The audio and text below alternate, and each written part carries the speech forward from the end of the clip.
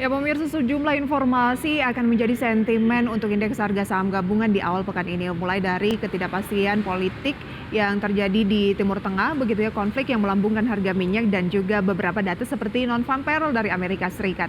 Tapi kami review terlebih dahulu IHSG pada akhir pekan tercatat melemah 0,74% di sepanjang pekan lalu. Dan sentimen yang dominan mempengaruhi pergerakan indeks komposit di sepanjang pekan lalu pemirsa datang dari luar negeri, mulai dari kekhawatiran akan kenaikan suku bunga The Fed hingga penurunan harga komoditas energi. Meski mampu berakhir di zona hijau pada perdagangan hari Jumat lalu, namun indeks harga saham gabungan tercatat menurun 0,74% sepanjang pekan lalu, atau berakhir di level 6.888,51. Penurunan tersebut pun berdampak pada nilai transaksi saham para investor. Sepanjang pekan lalu rata-rata nilai transaksi harian turun 11,72% menjadi 10,32 triliun rupiah. Dari pekan sebelumnya yang sebesar 11,69 triliun rupiah. Perubahan juga terjadi pada rata-rata volume transaksi harian bursa, yaitu sebesar 26,10% menjadi 18,12 miliar saham dari 24,52 miliar saham pada sepekan sebelumnya. Akibatnya kapitalisasi pasar bursa pada periode 2 hingga 6 Oktober 2023 lalu mengalami koreksi 0,32% atau menjadi 10.255 triliun rupiah dari 10.288 triliun pada pekan sebelumnya. Analis MNC Sekuritas Herditya Wicaksana seperti dikutip media mengatakan sentimen yang paling berpengaruh terhadap pergerakan IHSG pekan lalu datang dari Amerika Serikat, di mana pasar masih dipengaruhi oleh sinyal hawkish The Fed yang masih membuat kekhawatiran investor belum reda. Selain itu, sentimen negatif terhadap pasar saham juga datang dari harga komoditas energi yang melemah dalam sepekan, serta dari nilai tukar rupiah terhadap dolar Amerika yang juga cenderung melemah. Berbagai sumber IDX Channel.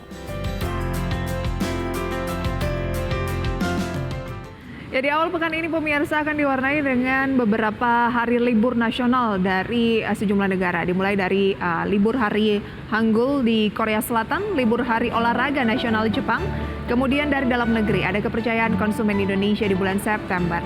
Dari Eropa ada produksi industri Jerman bulan Agustus dan juga month on month. Kita ke informasi emiten. IPO PT Barito Renewables Energy atau BREN pemirsa dengan target raihan dana lebih dari 3 triliun rupiah. Nanti akan kita saksikan seremoninya. Kemudian ada IPO PT Pulau Subur atau PTPS, BNGA RUPS, Kopi RUPS, SMMT RUPS, AALI X dividen tunai, Hexa DPS dividen tunai.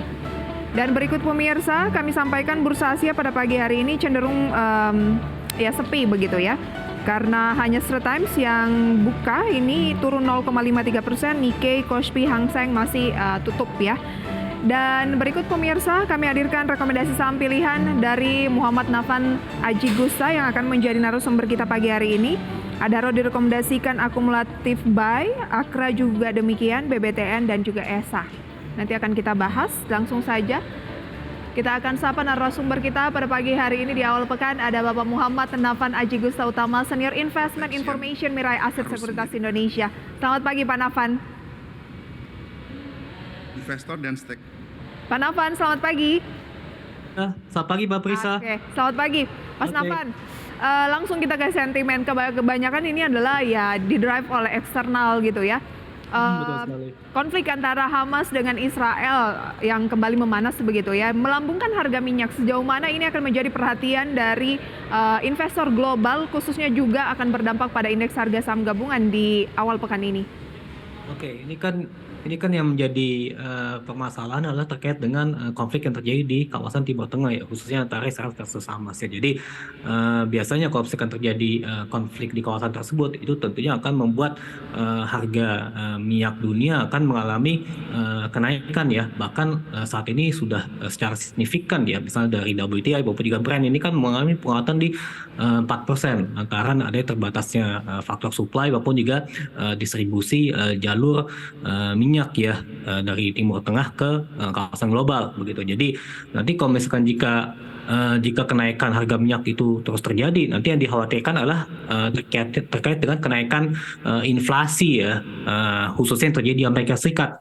Kenaikan inflasi ini kan juga akan memberikan pengaruh ya terhadap sikap The Fed yang akan lebih cenderung menerapkan hawkish stance ya untuk ke depannya begitu. Jadi misalnya kalau untuk tahun depan, maka dari itu kita akan menyaksikan bahwasannya peluang untuk menurunkan the Fed rate akan terlihat semakin menipis begitu kan.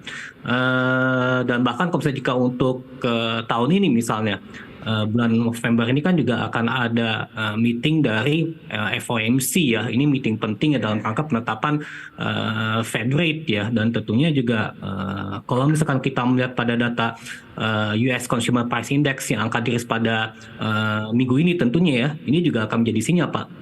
Padahal kan kalau sebelumnya kan itu di 3,7 untuk kisaran US Consumer Price Index ya yang telah dirilis pada bulan yang lalu. Tapi kalau misalnya jika bulan ini masih terjadi inflasi di Amerika Serikat yang level masih tinggi ya, jika tinggi di atas dari penetapan target The Fed di 2% ya, maka dari itu nanti ya kemungkinan pada bulan 1 November tentunya nanti akan ada penetapan kenaikan suku bunga acuan dari The Fed 120 basis point, dan ini akan setidaknya membuat market lebih bersikap hati-hati ya kalau menurut saya seperti itu. Harus bersikap hati-hati. Apa maksud dari sikap berhati-hati ini? Nanti akan kita lanjutkan pembahasannya ya. Tapi kita harus jeda terlebih dahulu, Mas Nafan dan pemirsa. Kami akan segera kembali dengan seremoni IPO dari 2 emiten usai jeda pariwara berikut. Tetaplah bersama kami.